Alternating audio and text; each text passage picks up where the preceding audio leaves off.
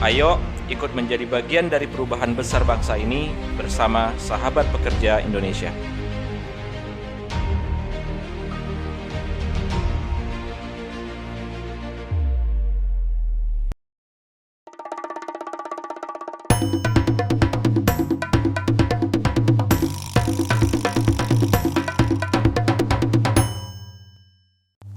Kembali lagi dengan saya, Harisel Putra, dalam OPEK, obrolan pekerja. Kita sudah kedatangan tamu luar biasa, Bu Erika, yang beliau itu punya mimpi ingin jadi dokter. Kenapa ingin jadi dokter? Agar bisa membantu banyak orang lain tanpa harus memikirkan biaya. Apakah itu bisa tercapai? Kita akan lanjutkan perjalanannya, tetapi ini ada satu fase di mana beliau memutuskan setelah begitu lulus SMA ingin bekerja dahulu dan akhirnya menikah. Kita kembali ke Bu Erika. Bu, ini kan sudah fase ya, artinya sudah merasakan nikmatnya dapat duit. Kan biasa gitu kan. Orang kalau sudah dapat itu malas untuk kuliah. Ya kan? Tetapi Bu Erika itu kan ingin agar paling tidak nama itu jangan sekedar hanya tamatan SMA saja. Minimal tuh S1 lah, gitu kan. Pada saat isi biodata anak. Isi biodata gitu kan. Nah, lalu setelah sekolah sekretaris akhirnya bekerja gitu. Bekerja di mana tuh, Bu? Alhamdulillah saya diterima di perusahaan airline terkemuka di Indonesia, PT Garuda Indonesia. Ya, dan itu dulu bagian reservation control namanya. Itu ingat banget waktu itu tesnya ditanya the people dalam bahasa Inggris itu ya. The people behind the computer must be selected people. What that mean? Kemudian saya emang bahasa Inggrisnya udah saya prepare. Sudah saya ini prepare dari SMP, SMA. Jadi saya dengan mudah menjawabnya segala macam. Jadi alhamdulillah saya goals. Jadi memang waktu itu orang yang direkrut itu untuk orang-orang yang memang berinteraksi sama komputer. Iya. Jadi bahasa Inggrisnya harus bagus ya. Terus mungkin ya punya kriteria yang memang udah standar mereka seperti apa, dan intinya saya masuk kategori yang lulus gitu aja. Nah, setahun kemudian saya dilamar lah ya. Saya usianya masih muda. Berapa tahun tuh, Bun? Sekitar 22 tahun. 22 tahun sudah berani untuk menikah gitu. Iya, alhamdulillah, karena yang mungkin saya pikir mungkin mudah-mudahan bisa ngebantu orang tua gitu aja ya, orang tua, keluarga dan lain-lain seperti itu.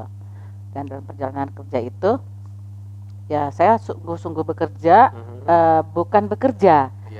Saya punya moto, saya belajar dapat duit. Nah, belajar dapat duit. Jadi walaupun itu judulnya gajian, tapi saya nggak mengakui itu sebagai upah. Tapi belajar dapat duit, kan menyenangkan tuh. Tapi kalau misalnya kita bekerja cuma dapat uang segitu, pasti waduh capek ya.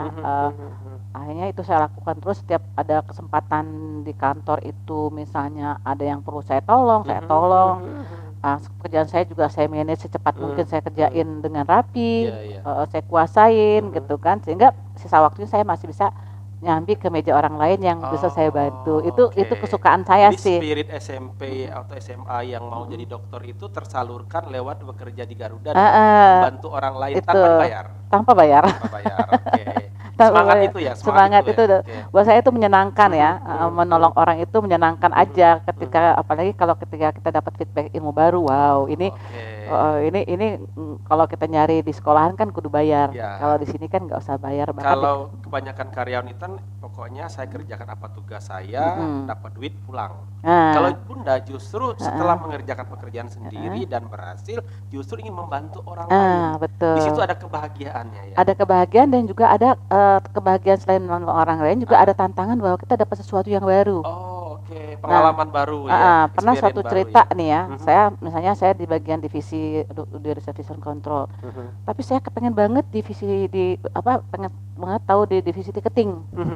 Tapi kan nggak mungkin kita loncat atau masuk tanpa permisi, tanpa gitu ada SK bla bla bla gitu kan. Caranya gimana ya gitu kan. Akhirnya saya punya akal nih. Saya setiap ada cuti saya ngambil cuti. Nggak pernah cuti buat liburan, enggak. Tapi suatu saat saya ambil cuti seminggu untuk duduk di divisi lain.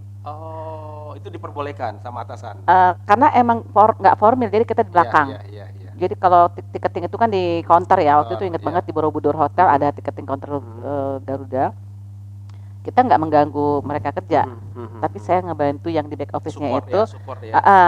tidak formal, artinya sambil duduk-duduk sambil Iya, ngobrol-ngobrol, dan saya juga kan bebas jam kerja jam waktu saya karena memang saya cuti toh. Cuti, Jadi betul. nggak ngerugiin perusahaan, tapi saya juga nambah ilmu. Nah itu saya seminggu tuh saya kuasain tuh bagaimana dia belajar tiketing gitu. Jadi ya karena kita baik sama temen, jadi sesuatu juga dia juga ngasih nggak pelit lah gitu ya. Jadi kayak emang udah kayak temen gitu ya. Jadi semuanya jadi kayak saudara gitu. Jadi saya catat tuh, saya catat semua. Akhirnya alhamdulillah ketika saya udah nguasain, masuk lagi ke kantor dalam kondisi yang memang harus ngantor. Kan cutinya habis. Jadi ambil cuti dari divisi ini, tapi saya belajar di unit yang lain. Berarti dapat 2 ilmu ya, ilmu pekerjaan sehari-hari sama ilmu baru namanya tadi tiketing itu. Karena memang harus ketika saya di belakang komputer itu, ketika ada yang tidak paham mengenai tiket, saya nggak lucu dong kalau sering-sering bertanya gitu kan. Nah, kenapa saya nggak langsung pelajarin gitu?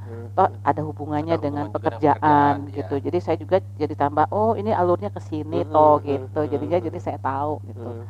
Itu sebenarnya kalau dalam istilah itu ada manajemen trainee sebenarnya ya. Dia harus belajar di banyak tempat dan diharapkan menjadi seorang leader. Sementara Bu Erika itu belajar atas inisiatif diri sendiri. Betul. Dan memang kesempatan manajemen trainee belum diberikan kalau lulusannya SMA. Baru S1 minimal S1. Tapi emang saya nggak mengenal manajemen trainee, tapi saya udah training gitu aja.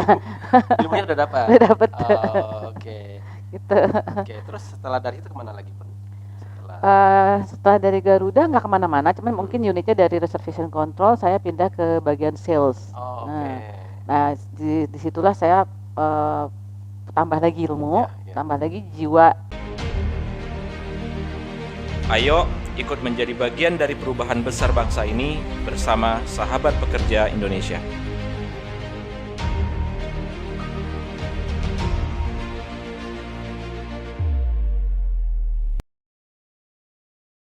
Membantu entrepreneurnya waktu dulu membantu orang tua, itu seperti tersalurkan gitu ya, tersalurkan. Jadi bagaimana saya bisa menguasai komunikasi dengan agent-agent ya, atau dengan klien-klien seperti itu, dan itu merupakan sesuatu hal banget buat saya gitu, dan itu saya menikmatin dunia sales, dan memang saya suka banget berjualan, tapi bukan jualan panci door to door sih. Saya lebih suka berjualan konsep berjualan ide. Di situ bukan jualan sih, saya berbagi ya. Kalau berjualan artinya kita jualan, tapi saat itu saya memang dalam kategori bekerja di suatu perusahaan, dan memang saya membimbing beberapa travel agent yang harus ditumbuhkan. Itu tapi tantangannya. Ini kategori domestik ya? Atau luar negeri juga? Jadi kalau agent tersebut tergantung agentnya. Kalau agent itu memang ada domestik internasional, ya berarti intinya buat saya itu perusahaannya. Buat saya itu perusahaannya bagaimana dia tuh dari yang kecil menjadi besar. Itu tantangan juga tuh. Atau dari yang rebah-rebahan karyawannya, atau kita motivasi untuk menjadi perusahaan yang keep up lah yang bertumbuh. Jangan sampai saya sampaikan, lu jangan mikir kerja lo, tapi lo pikir dapat duit, dapat ilmu. Untuk menurunkan ini kan nggak bisa semua orang terima ya. Tergantung dia punya kekuatan spirit yang dia mau jadi orang susah di hari tua, atau dia mau jadi orang kaya. Itu kan pilihan ya. Nah, di situ kalau saya memang tadi itu dari awalnya, karena emang saya nggak mau susah di hari tua ya, baik susah materi maupun susah hidup ya, saya nggak mau, karena saya bilang kalau susah itu nggak enak. Ya kan, orang melihatnya juga dari atas kepala kayak begini nih tuh. Dan saya bilang gue nggak mau jadi orang susah, mendingan gue jadi orang ya kaya banget juga nggak usah, tapi juga susah banget juga jangan gitu kan. Terus kita masih punya tenaga dan waktu yang bisa dieksplor gitu kan. Nah, ketika bekerja itu tuh saya banyak baca buku yang ngeracunin saya tuh, buku entrepreneur. Dulu the best sellernya Robert Kiyosaki. Itu dari Business School, Cash Flow Quadrant, Business School, Business School. Nah itu tuh saya beli semua sesi tuh, dan itu setiap jalan dari rumah ke sana tuh. Itu masih kerja tuh pada saat itu? Masih kerja. Masih kerja di Garuda ya?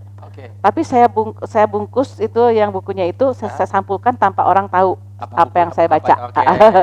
Karena itu kan sebenarnya sedang sedang berinteraksi antara Ya. saya tetap go on bekerja atau saya quitting itu kan. Memprovokasi diri sendiri sebenarnya. Iya, seperti itu. Ya. Nah itu saya juga baca buku Stephen R. Covey Ya, yang bagaimana orang disiplin, tepat waktu, Seven Habits, komitmen segala macam. Nah itu tuh sih yang memang saya sendiri sih yang tadi tuh Ya. spirit pengen jadi orang yang tidak susah itu Oke, gimana sih itu, gitu. Emang tuh kuat banget gitu Nah, loh. itu teman-teman Bunda yang lain, Bunda Bu Erika yang lain itu apakah melakukan hal yang sama? Kenapa tuh? Ya maksudnya beli buku tersebut atau Enggak baca buku. sih, Nah, enggak itu sih. yang membedakan ya. Yang ngebedain. Yang Jadi bedain. kalau misalnya di kantor orang-orang misalnya banyak yang ngobrol gitu ya, Curhat atau curhat atau gosip lihat gitu ya. HP dengan yang itu. Kalau saya sih emang orangnya nggak peduliin sih, karena bukan urusan saya. Yang penting waktu saya di kantor optimal, ya kan. Kemudian saya bisa dapat sesuatu dan pulang bahagia itu aja. Oke, Jadi saya udah tahu tuh apa yang saya kerjain besok, bulan depan. Saya udah punya perencanaan. Jadi setiap ke kantor itu kalau ada yang interrupt begitu tuh rasanya saya nggak mau rugi, nggak mau kehilangan waktu saya itu. Dan itu saya nggak mungkin saya keluar dengan teman-teman kayak gitu dong ya kan. Karena apalagi saya kan proses itu juga belum, saya sekarang baru kebaca, oh dulu gue ngelakukan ini ternyata hasilnya ini loh gitu loh. Kalau dulu nggak ngelakukan ini ya mungkin saya juga seperti yang lain, ya ibarat kata udah susah, udah tua ya bingung gitu. Saya punya putusan untuk quitting itu di usia 40 tahun Pak. Karena saya punya spare 10 tahun tuh untuk ngebangun gitu, untuk bangun, dan itu dan ya alhamdulillah. Berarti dari waktu di Garuda itu sudah nikah Bun? Sudah nikah ya? Waktu masuk Garuda belum. Belum. Kemudian 2 tahun kemudian saya berumah tangga. Berumah tangga itu akhirnya di Garuda di pending dulu atau gimana? Apa aja tuh? Apanya tuh? Ambil cuti atau gimana? Lepas dari waktu menikah? Enggak, langsung enggak ada bulan madu, tetap kerja. Tetap kerja. Jadi kerja di Garuda, menikah, bulan madu nggak ada, tetap bekerja. Sampai akhirnya melahirkan. Di situ dapat cutinya. Cuti apa? Berhenti kerja atau enggak? Setelah punya anak 3. Saya berhenti itu ketika saya punya anak 3 Pak. Anak pertama Anissa ini, yang kedua 6 tahun kemudian Farhan, yang ketiga 3 tahun kemudian Salsa, baru saya quitting. Jadi saya punya waktu itu saya memang agak susah untuk mendapatkan anak ya. Dari saya merit untuk punya keturunan itu 6 tahun. Terus dari yang pertama ke kedua 6 tahun lagi. Nah dari yang kedua ke ketiga itu cuma 3 tahun. Nah itu udah mulai keletihan. Ya di situ saya pikir saya harus saatnya untuk quitting. Jadi totalnya berapa tahun itu Bu Erika? Di Garuda 18 tahun. 18 tahun. Itu kalau sudah masuk 86 udah profesor lah ibaratnya kan. SD, SMP. Oke, berarti setelah itu akhirnya sudah anak ketiga, memutuskan untuk resign. Ya, alhamdulillah. Nah, itu apa Bu yang kan begini, orang itu kan kalau sudah masuk zona nyaman ya, apalagi sudah 18 tahun, artinya fasilitas kan pasti banyak. Menurut saya nggak nyaman Pak, karena saya ninggalin anak tanpa saya tangani sendiri. Jadi, walaupun fasilitas sudah cukup lah. Sudah cukup. Untuk menutupi salary dan lain cukup. Cuma buat saya tuh saya ada kekurangan. Saya nggak ada waktu untuk bersama anak. Karena berangkat pagi-pagi, pulang malam, berangkat pagi. Terus saya pikir wah, kapan ngurusin anak ya? Saya memang gaji asisten di rumah. Cuman kan jadi anaknya kayak asisten dong gitu. Itu sih yang membuat saya juga berubah pikiran, gue harus keluar dari sini gitu. Gitu. Nah, itu momentum ketika resign itu ada nggak? Atau mungkin ketemu atasan mengatakan saya mau resign atau gimana? Nah, mungkin doa juga. Allah ujinya lewat anak saya sakit. Itu yang ketiga itu sakit. Jadi saya pikir tuh harus dia kena flag ya, kena flag. Jadi saya harus ngurusin 6 bulan. Jadi ada alasan. Ada alasan. Yang logis, nah, saat itu nggak langsung keluar, cuti unpaid dulu. Cuti unpaid 6 bulan, 2 tahun nggak boleh kalau 6 bulan.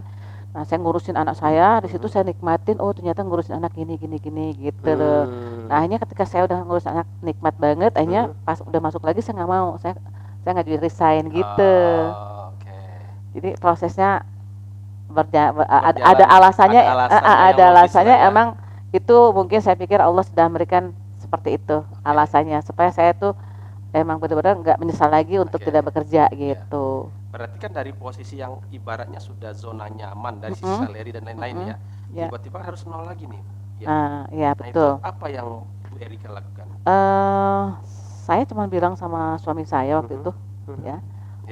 Saya bilang sama saya, bilang Wah, kalau saya berhenti kerja, Aha. kira-kira beli beras sekarung doang kita bisa makan nggak ya? Itu doang sih. Oke, baik sahabat pekerja, ini pertanyaan sederhananya, apakah bisa beli beras sekarung doang Untuk kita makan untuk sebulan. makan sebulan? Artinya dari posisi zona nyaman secara sereri dan segala macam fasilitas, tiba-tiba harus jatuh, ibarat memulai dari nol kembali. Tetap di OPEC, obrolan pekerja bersama saya Hari Sol Putra. Kita jeda setelah pesan berikut ini.